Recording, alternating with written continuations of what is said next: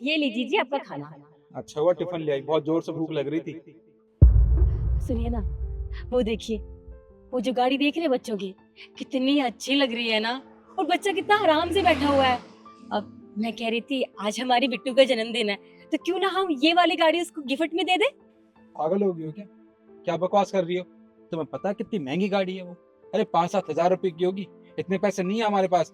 ये गिफ्ट नहीं दे सकते हम अपनी बेटी को। पर सुनिए तो, हमारी बच्ची बहुत परेशान रहती है ऐसे, और जब उसको पता चलेगा ना कि हम इसके लिए इतना बढ़िया वाला गिफ्ट लेके आए हैं, वो बहुत खुश होगी। अब हमारी बात सुनिए ना, साल में एक दिन तो जन्मदिन आता है, दिलवा देते हैं ना। अरे 12 हजार रुपये महीना सैलरी है मेरी। क्या क्या करूंगा उसमें बताओ? 5 हजार रुपये घर का किराया जाता है, बाकी राशन पानी में चला जाता है, थोड़ा बहुत दवाइयों के लिए बचा के रखते हैं। अब तुम क्या चाहती हो कि दवाई गोली भी ना खाएं क्या? ऐसे ही रहें? देखो इतने पैसे नहीं है हमारे पास। तुम रहना दो, ज्यादा मत बोलो ठीक है? हम अपनी बच्ची को केक दे देंगे, बस बहुत है। अरे तो हमेशा तो यही देते आए हैं, अगर इस बार थोड़ा बढ़िया वाली चीज दे देंगे तो क्या हो जाएगा, हमारी बच्ची खुश हो जाएगी। और दवाइयों के लिए कौन सा मना कर रही हूँ मैं बस ये कह रही हूँ कि थोड़ा सस्ते में ले लेंगे, थोड़ा अच्छा वाला। लेकिन ऐसे केक से कैसे गुजारा चलाएगी वो? अब ले देते हैं ना, वो उसको चाहिए, वो चीज बहुत जरूरी है। तुम्हें समझ नहीं आता क्या? एक बार में कितनी बार बोल दिया तुम? जरा धीमी आवाज में बात करो। अगर किसी ने सुन लिया तो क्या होगा? हमारे सब तक खबर पहुंच गई ना, नौकरी से निकाल देंगे। क्यों तमाशा कर रही हो? क्यों मेरी नौकरी छुड़वाने पर लगी हो तुम? तमाशा मैं कर रही हूँ, तमाशा आप कर रहे हो अपने बच्चों के लिए। अरे मैंने कब आपसे कुछ मांगा है? अरे मैं तो मन मारती हुई आई हूँ, लेकिन जहाँ बात बच्चों पे आती है आपको समझ में क्यों नहीं आता है? अरे हम उसकी माँ है, हमने देखा अपने बच्चों को परेशान होते हुए। अरे खाना बनाते हुए डर लगता है कहीं चूल्हे में न गिर जाए, खेलती रहती है। अगर ऐसी गाड़ी में रहेगी तो कितनी अच्छी रहेगी, कोई दिक्कत नहीं होगी ना, आपको परेशानी होगी ना हमको परेशानी होगी। हमारी बात क्यों नहीं समझ रहे हैं आप? लगाऊंगा उल्टे हाथ का, अकल ठिकाने आ जाएगी। अरे कोई 50 हजार रुपये महीना नहीं कमाते, 12 हजार रुपये महीना कमाते, उसके बाद भी तुम कह रही हो कि ये ले लेते हैं। तो कहाँ से इतने पैसे लाऊंगा? तुम क्या चाहती हो? अपने हिसाब से कर्जा ले लूं क्या मैं? अरे कर्जा लेने के लिए मैं बोल भी कहाँ रही हूँ। आप वो क्या बोलते हैं, वो बड़े बड़े कंपनियों में वो एडवांस एडवांस ले लो साहब जी से, बोल दो हमें पैसों की जरूरत है। अरे अच्छे साहब जी, आप खुद ही तो बोलते हो दे देंगे वो आपको पैसे। बच्चे के लिए इतना भी नहीं कर सकते क्या? एक बार हाथ पिलाने में क्या चला जाएगा आपका? अच्छा, एडवांस पैसे लूं साहब से? किस लिए? जब वो पूछेंगे किस लिए पैसे चाहिए, क्या बोलूंगा मैं? अपनी बेटी को वो रिक्शा दिलाना है बच्चों वाला, ये बोलूंगा? अरे साहब हंसेंगे हम पे। मैं उनसे पैसे नहीं मांग सकता, बस बोल दिया ना। बस तुम जाओ यहाँ से, घर जाओ। ठीक है, अगर आप पैसे नहीं मांगने वाले ना तो हम भी कोई खाना नहीं बनाने वाले। चूल्हा नहीं जलेगा हमारा जब तक हमारे बच्चे के लिए ये गाड़ी नहीं आएगी, तो हम भी ना ले रहे। क्या तमाशा लगा रखा है तुमने ऑफिस के बाहर? कुछ नहीं साहब, वो हमने इससे कहा था कि कटहल की सब्जी बना के लाना, हमें बहुत पसंद है ना। और ये तोरई बना के ले आई, तो इसलिए थोड़ी बहस चल रही थी।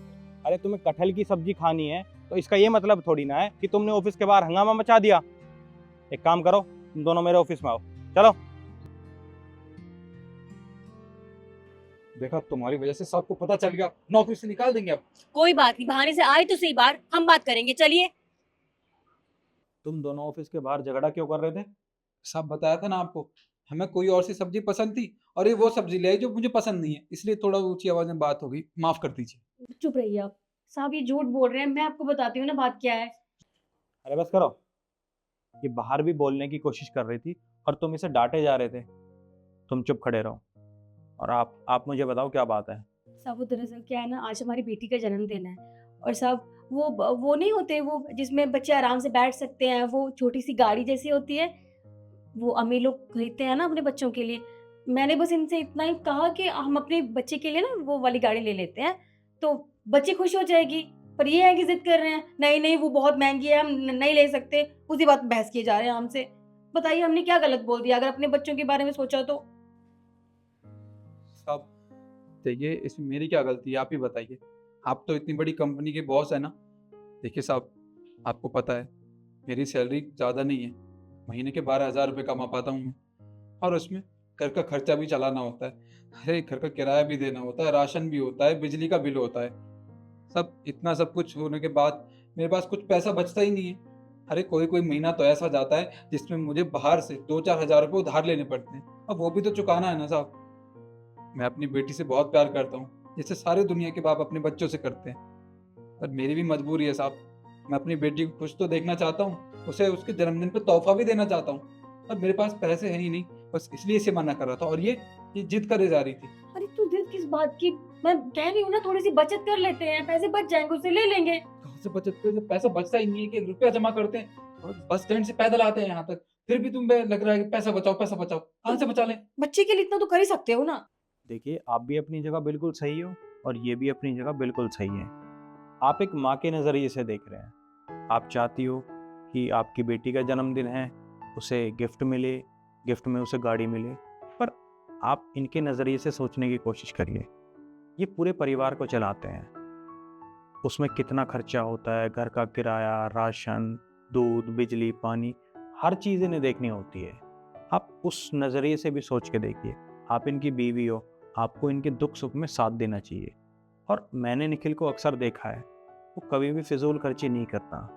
वो बस स्टैंड से ऑफिस तक भी पैदल आता है। जो इंसान 10 रुपए भी खर्च नहीं करता, उसको भी बचाता है सिर्फ अपने परिवार के लिए, ताकि उसके परिवार का भविष्य अच्छा हो। तो वो गलत थोड़ी ना है, वो भी अपनी जगह सही है। देखिए, जितनी बड़ी चादर हो उतने ही पैर पसारने चाहिए।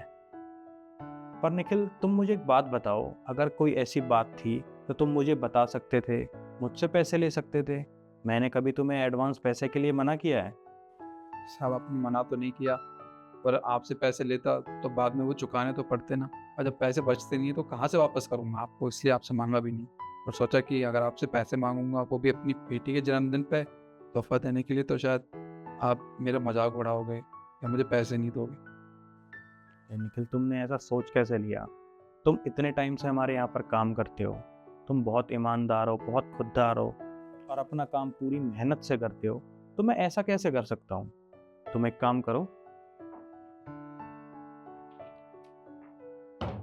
ये पैसे लो और अपनी बेटी का जन्मदिन खूब धूमधाम से मनाना और उसे गिफ्ट में गाड़ी भी देना, ठीक है? ये पैसे ले जाओ और जाओ। साहब ये कैसी बात कर रहे हैं आप? ये तो बहुत सारे पैसे हैं, ये मैं नहीं रख सकता। ये मेरी पूरे 1 महीने की सैलरी है, ये मुझे वापस भी तो करने होंगे, मैं कहाँ से वापस करूँगा आपको? देखो, तुम्हें पैसे वापस करने की कोई ज़रूरत नहीं है। मैं तुम्हें अपना छोटा भाई मानता हूँ और तुम यूँ समझ लो कि मैंने अपनी भतीजी को एक गिफ्ट दिया है, ठीक है? जी साहब, पर साहब ये पैसे मैं एक शर्त पर लूँगा। शर्त? कैसी शर्त? साहब आपको अपने पूरे परिवार के साथ और जो वो डॉली बिटिया है ना, उनके साथ हमारे यहाँ आना होगा, हमारी बेटी के जन्मदिन पे। हाँ हाँ, ठीक है, तुम टेंशन मत लो। मैं अपने पूरे परिवार के साथ तुम्हारी बेटी के जन्मदिन में ज़रूर आऊँगा, ठीक है? अब तुम जाओ और अपनी बेटी के जन्मदिन की तैयारी करो। आपको बहुत बहुत धन्यवाद।